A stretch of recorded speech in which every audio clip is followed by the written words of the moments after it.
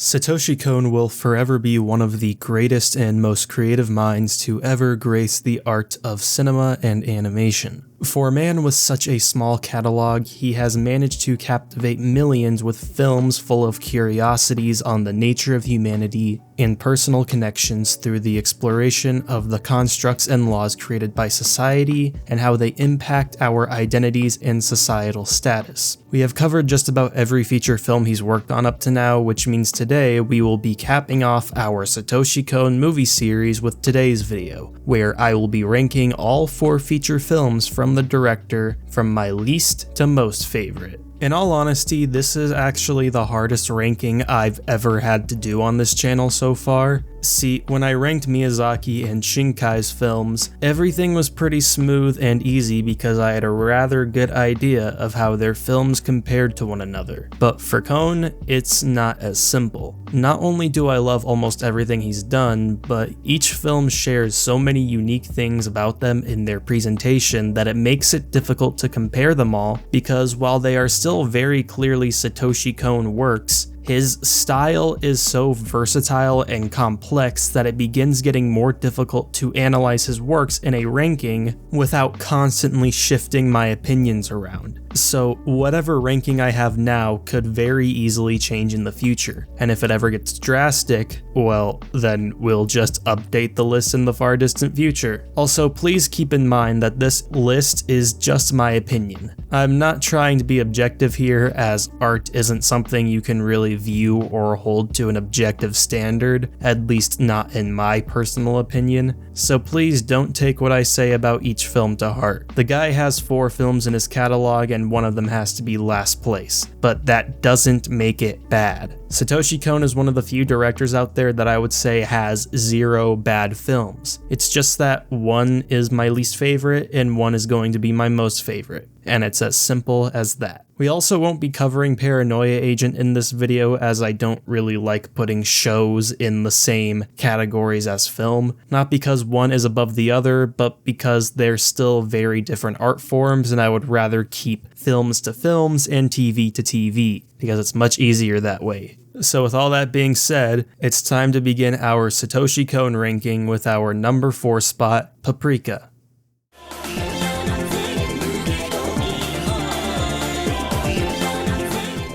This placement might be controversial to some, and it might also be a no-brainer to others. Personally, I find this placement to be one of the reasons why I find Kon's filmography so fascinating, and why I also found it difficult to rank his films. The reason I say this is because, in my last video, I described Paprika as being the most personal and passion-driven film in Kon's career, making it the most intertwined with his identity of storytelling. Many people would consider that as another way of calling this film his best, and yet it's in last place. So let me just explain this a little further. I stand by what I said in my last video and still believe that Paprika is by far the most personal film Satoshi Kon has made in his career, and it being the last in his catalog before succumbing to cancer only makes it a more special case. And I like the film a lot because of this. It's a great film, the characters are intriguing, the dream scenarios are a perfect blend of referential and uncanny, it has by far the best soundtrack of any Satoshi Kon film ever, and overall, it's still a great film. It just isn't my favorite of them all. Once again, something's gotta be in last place, and I have reasons for this being that. Besides me just liking his other 3 films more, Paprika is the one I have the hardest time experiencing and digesting all the way through. It's 90 minutes just like all his other films, and yet it feels like the longest one. The pacing isn't necessarily bad, but it fluctuates a lot, and I find it difficult to find investment in the real-world science-driven plot lines after witnessing what we witness in the dream worlds. I don't think the film is boring by any stretch of the imagination, but I find it far more dialogue and expo heavy than it needs to be. And for a Satoshi Kon film, it doesn't handle that exposition with the creativity that Millennium Actress and Perfect Blue do. It still has its own advantages over these films, such as Kon's passion, the more subtle references to his influences and the lesser details, the dreams in the film being far more complex and intricate than his prior films, which mostly utilize these things for style, and of course, as said before, the score is amazing. Paprika is a great film that is well worth a watch. It just unfortunately has to be competing with arguably 3 of the greatest animated feature films ever released. And is that really a bad thing? I don't think so. So that's Paprika. With all that being said, let's move on to our number 3 spot on this list with his 3rd film released in 2003, Tokyo Godfathers.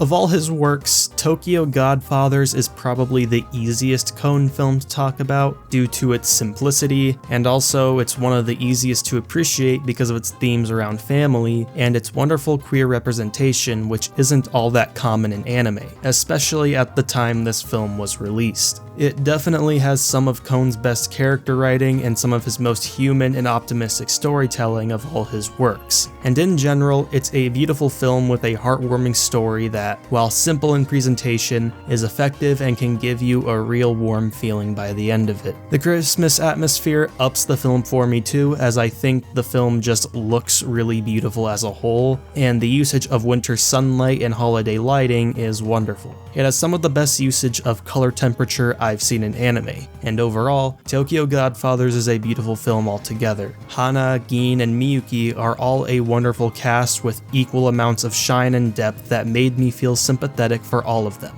especially Gin with his family narrative. Hana is one of the main reasons I can sing this film's praises as well as I do, because it makes me happier than I could possibly be over a film to see a trans character handled with such respect and care as Hana is given in Tokyo Godfathers. Her journey and emotional maturity really boosts this film up for me on a personal level, and so while it doesn't exactly hit the number 2 or number 1 spot, it's important for me to acknowledge that this is a special film because I can't praise it enough despite how much I've clearly tried to do so. There really isn't all too much for me to discuss here since this film is, once again, very simple, and everything I could possibly talk about is in my original review of the film. So go check that out if you haven't already, or go watch the film if you haven't already, or at the very least put it on your Christmas watch list because it is well worth the viewing experience. It's a humanist masterpiece that I love and want to revisit a whole ton of times, and I urge you all to watch it if you've missed it. And that's Tokyo Godfathers. So now it is time to move on to the number 2 spot, which will be the one that surprises the most people because it's Satoshi Kon's psychological horror debut that stunned the world. We have Perfect Blue at number 2.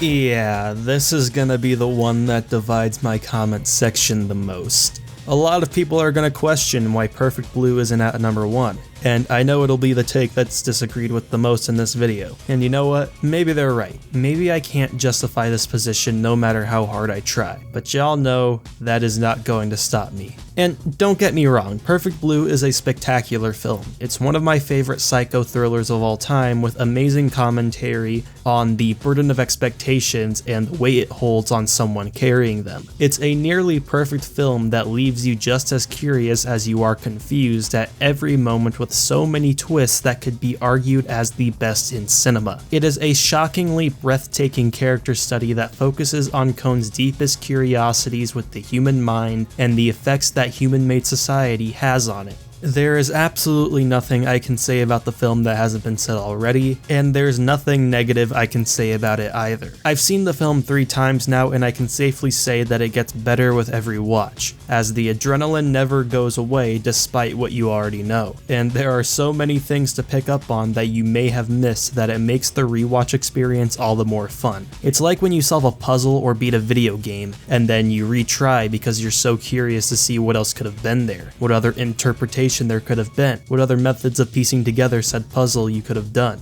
This is just a mesmerizing film that had absolutely no right being as good as it is, and it could be argued as one of the greatest debut features by a filmmaker ever. I will forever be impressed by Satoshi Kon's nonchalant nature when discussing the film, as he never has anything special to say about himself for it. I speak so highly of it despite it being at number 2, which just goes to show how amazing his filmography is. It's insane how a guy can only have directed 4 films in his career and have damn near every single one of them be a masterpiece. So let's not get so heavily carried away with Perfect Blue and just move on to our number 1 spot, which you all could have guessed by now since it's obviously the only one of the 4 we haven't discussed yet. Here we have, at number 1, Satoshi Kon's second directorial feature, released after Perfect Blue as its sister film. At the number 1 spot, we have Millennium Actress.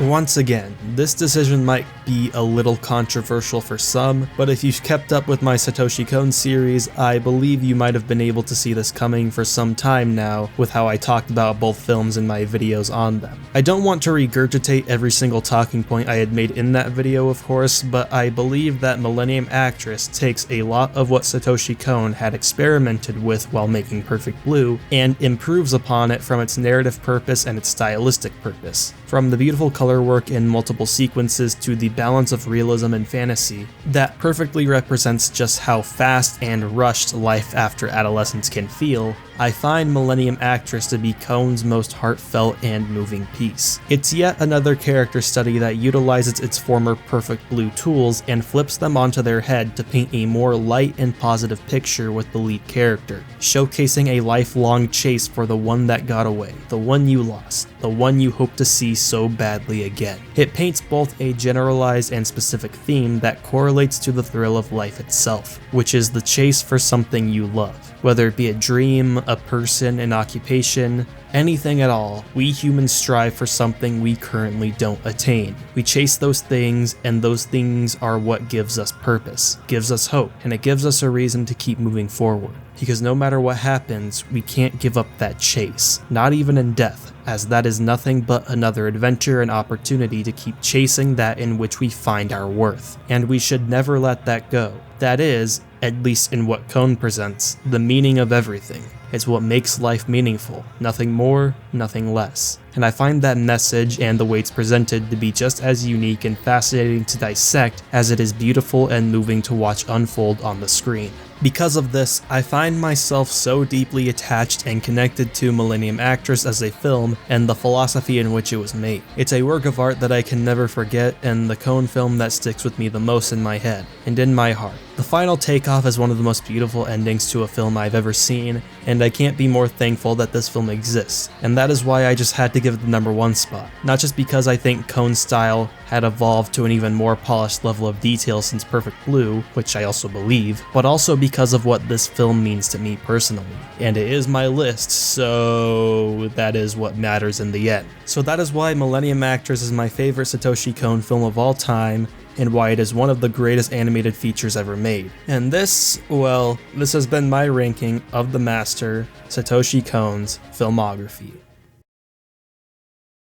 This was a difficult ranking to discuss and to write out. I want to thank you all for sticking with my Satoshi Kon review series over these last few weeks. It was very fun and one of the most fun things I've done on this channel so far. And I'm thankful to have done it even though the videos themselves haven't exactly done the best performance-wise. But hopefully they grow more over time because these are some of my favorite videos I've ever had the pleasure of making. Satoshi Kon was a master of the craft that I don't need to describe any further, as we all know how great he is already. I will cover Paranoia Agent at some point in the future, but that is something that will take quite a bit of time. I don't exactly know what other series I have planned next for the channel, but I assure you all we are going to have a lot of fun, so stay tuned. Thank you all for watching this video. If you enjoyed it, leave a like down below and comment down on your favorite Satoshi Kon film or your personal Satoshi Kon ranking. Interactions and engagement like this helps boost my channel and the algorithm immensely, and so I'd greatly appreciate anything you guys give to me. Subscribe and turn the bell notifications on too so you can be updated on all my future uploads, and as always, I will see you all next time. Have a wonderful, wonderful day.